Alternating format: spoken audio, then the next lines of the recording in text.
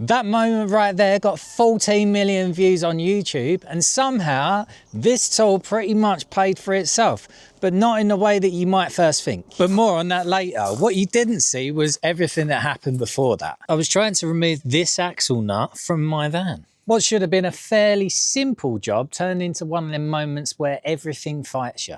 I tried everything I had.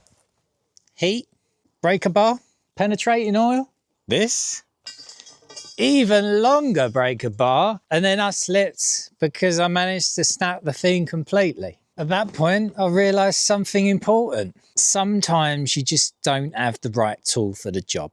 Now, I'm a big believer in doing things for yourself, not because it's always cheaper, and definitely not because it's always easier. But every time you fix something yourself, you gain knowledge, experience, and confidence. But after all of these years, I've learned one rule. DIY only really works if you've got the right tools. Otherwise, you're just fighting the job.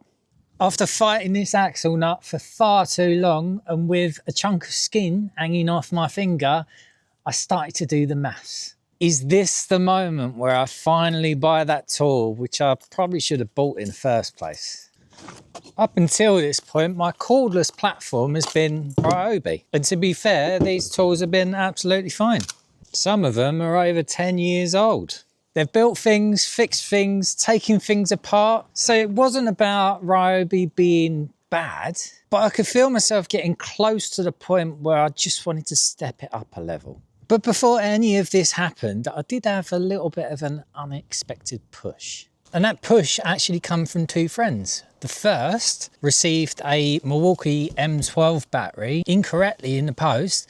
She didn't have a use for it, and so she gave it to me. Keith, another YouTuber, kindly gave me a charger as well as an M12 jigsaw. So without even trying, I had the beginnings of a Milwaukee setup. This charger does 12 volt and 18. So when I realised that this wasn't quite cutting the mustard, I started to look at a real man's impact wrench. And I looked at a lot of them. DeWalt, Makita, Bosch, Hikoki. I suppose there's pros and cons to all different tool platforms, but when it come down to it, the DeWalt, whilst it looked good on paper, by the time you got the batteries and the charger, it was just coming out more expensive. Same with like Bosch, Makita, it was either they was coming more expensive or they just didn't have the torque values that I was looking for. But the Milwaukee M18 3/4 inch impact wrench just came out on top, especially because it had a charger and two 5 amp hour batteries and a case. I had a lot of comments on that viral video that I could have just got the 1/2 inch one, but actually in the UK, the 1/2 inch one is more expensive than the 3/4. The 3/4 has also got more weight behind it, so it's going to help with them stubborn nuts and bolts. Now I understand between the two, in terms of torque levels, they're both the Nutbuster 2000s, but let's just say I've got the same swing. Would I rather use this to knock down this wall, or would I rather use this? And loads of people were saying I was just crazy to spend that money just on that one nut. But there's plenty more nuts and bolts on this van. Plus I got this heap of junk and this. And under this cover, I've got one of these. I paid £380 for that kit. I could have got it a little bit cheaper, but I wanted it the next day. I reached that point. And the reason why I thought, oh, sod it, I'll spend that much, I'll treat myself, is because a video that I'd done not too long before that, I'd done quite well, and I'd earned like £900 off of ad revenue. So I brought the tool home, put the batteries on charge, put the socket on, used it as a poor man's lathe, pulled the trigger, got the nut off in seconds.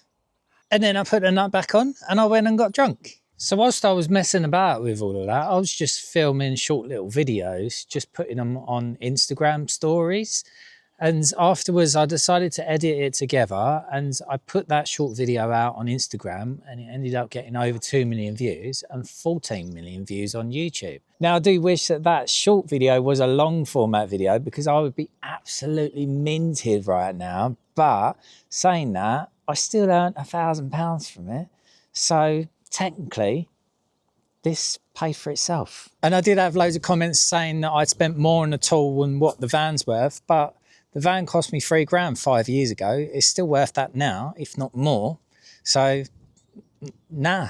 Loads of people also said that I should just pay a mechanic to do it, but I spent over £1,000 in parts on this van, plus the labour on top. It's going to be very expensive. Plus then people have no idea of what I've been through to keep this van on the road. There was a few other suggestions like a corded impact gun, but that just feels like you're going backwards.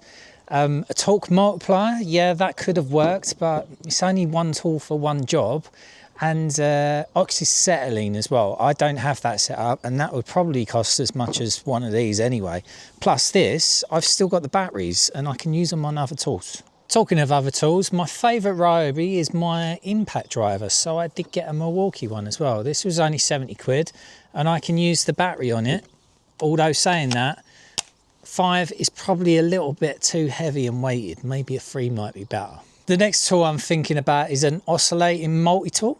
I do have a corded one, but this is a tool where the cable annoys me the most. The only question remaining is, should I get a 12 volt or an 18 volt? So I'm curious, if you were slowly building a Milwaukee kit, what tool would you get next?